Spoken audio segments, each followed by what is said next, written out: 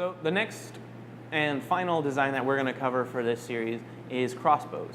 Now, the first kind of crossbows that kind of appeared in the world of history were made by the Greek, and it was mostly for warfare. There were very large-scale bows, crossbows that shot large arrows, often sometimes 5-6 feet long, and shot over long distance.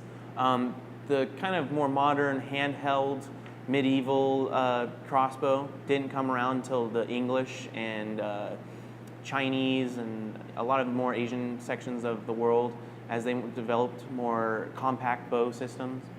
Once crossbows started taking that initial design evolution from being a large-scale artillery piece in warfare to more of a handheld, compact crossbow that we all kind of image when we think of medieval crossbows.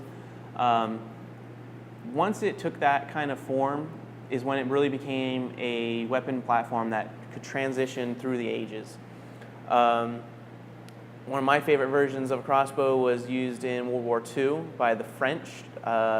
They would have a long kind of a catapult system that looked a lot like a big oversized crossbow, and it was kind of like a water balloon catapult.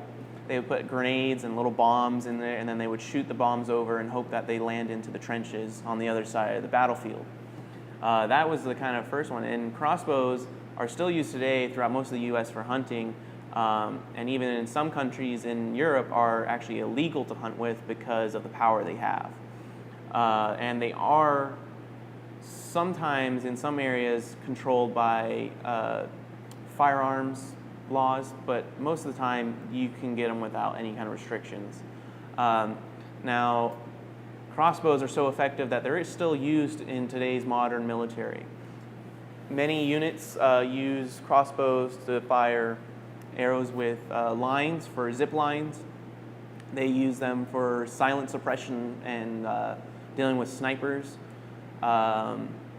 There's also reports of Chinese police using the crossbow as a weapon, since they can easily get a hold of it without having to go through all the different kind of importing channels they would have to do for normal weapons for the police force. So you're seeing lots and more police force switching over to tactical crossbows that are able to shoot arrows over a very long distance and high speeds that are effective just as much as a rifle. When it comes to crossbows, your major downfall is going to be reload times.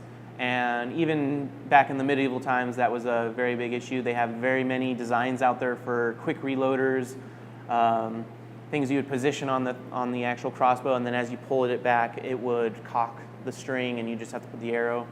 And even oftentimes, they would have an assistant. So you'd have your actual crossbow person firing, and then you'd have a crossbow assistant that would be reloading a crossbow and putting an arrow in it. So as soon as he fires his one that he has in his hand, they switch crossbows. He finds his new target. His assistant reloads the next one. Now, if you're on your own, you're not going to have that advantage. All right, so we're going to head over to our next module now, and that's going to consist of information for bow techniques, stance, how to draw, how to find your dominant eye for our targeting, and we're going to just try to give you the basic information to get you started on practicing how to do archery.